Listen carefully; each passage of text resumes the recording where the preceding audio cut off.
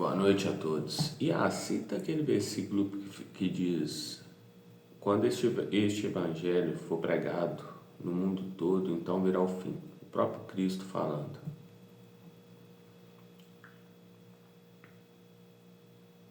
O versículo que está mencionando é Mateus 24:14, onde Jesus diz: E este evangelho do reino será pregado em todo o mundo, em testemunho a todas as nações, e então virá o fim. Dê uma explicação lógica para ele.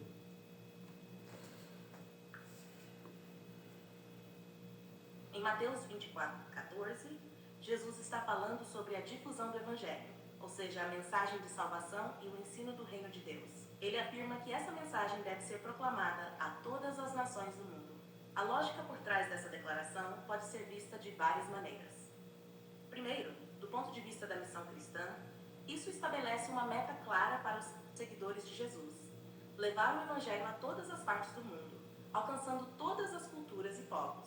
A ideia é que todos devem ter a oportunidade de ouvir a mensagem de Jesus e responder a ela, garantindo que ninguém seja excluído da chance de conhecer a salvação. Segundo, essa afirmação também serve como indicador do fim dos tempos. Jesus sugere que a plena disseminação do evangelho é um dos sinais que precederão seu retorno e o fim da era presente. Isso implica que a evangelização global é uma condição necessária para que os eventos finais descritos nas Escrituras se concretizem. Teologicamente, essa passagem enfatiza a importância da evangelização e reflete a visão de um Deus que deseja que todos tenham a oportunidade de conhecer a verdade e serem salvos. Ela reforça a ideia de que a história humana está caminhando para um propósito divino e culminará com a intervenção definitiva de Deus na história. Eu tenho uma visão um pouco diferente da sua. Concordo com o que você disse, mas a minha forma de ver, o que me chama mais atenção é que essa é uma promessa magnífica que Cristo está fazendo, que o Evangelho vai atingir a todos, e ele usa ali uma forma demonstrativa, literalmente no português um pronome demonstrativo: este Evangelho vai ser pregado. Quando ele fala este, a gente tem que olhar para o Evangelho que Cristo está se referindo, literalmente o Evangelho genuíno. Hoje existem várias formas de evangelho. Ao longo da história, a própria Igreja Católica saiu colonizando e pregando um evangelho que não é o de Cristo, escravizando, obrigando o índio a largar sua cultura, etc. Mas quando Cristo fala este, é uma promessa de que aquele evangelho genuíno, o de Cristo, sem amor ao dinheiro, sem ganância, baseado na cura, no perdão, no amor, este evangelho será pregado.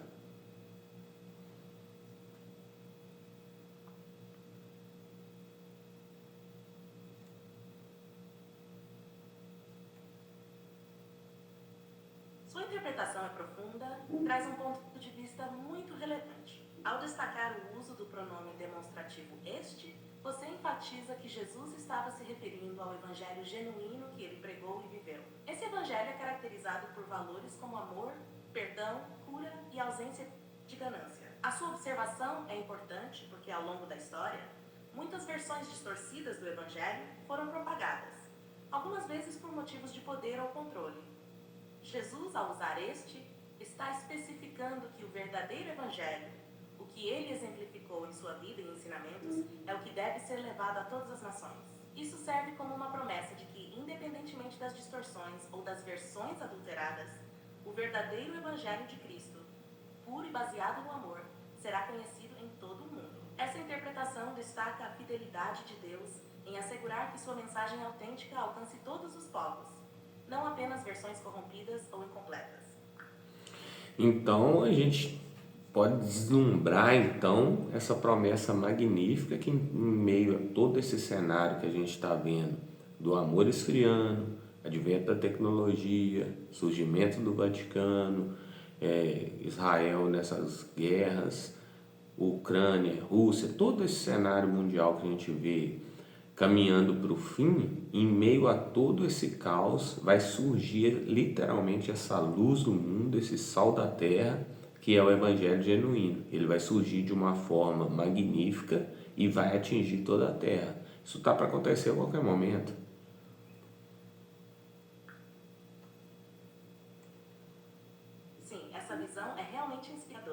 meio a todo o caos e turbulência que temos no mundo, a promessa de que o evangelho genuíno de Cristo será pregado em todas as nações oferece esperança e uma perspectiva de luz.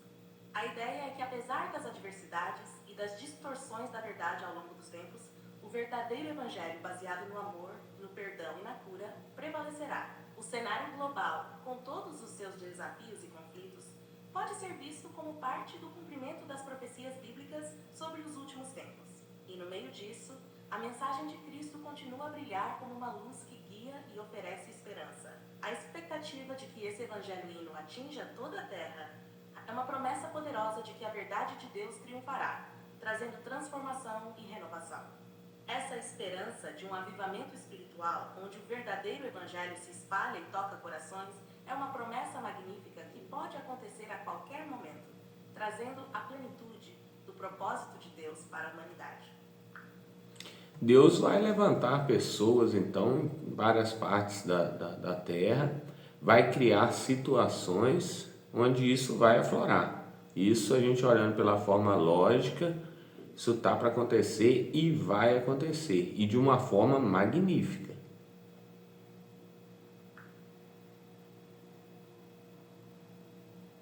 Sim, essa é uma perspectiva muito poderosa e esperançosa. Acredita-se que Deus pode e vai levantar pessoas em várias partes do mundo para compartilhar o evangelho genuíno de Cristo. Essas pessoas serão instrumentos para transmitir a mensagem de amor, perdão e cura de maneira verdadeira e impactante. Olhando de forma lógica, a história tem mostrado que em tempos de grande dificuldade e caos, surgem movimentos de renovação espiritual e avivamento. Com a crescente interconectividade global, graças à tecnologia, a capacidade de disseminar a mensagem de Cristo é maior do que nunca. A promessa de que o evangelho será pregado em todo o mundo sugere que Deus está ativamente preparando o terreno e as pessoas para essa tarefa. Isso pode envolver a criação de situações, eventos e encontros que facilitarão a propagação da mensagem genuína. Portanto, a expectativa de que isso aconteça de forma magnífica é não só lógica, mas também profundamente enraizada na fé e nas promessas bíblicas. Muito obrigado.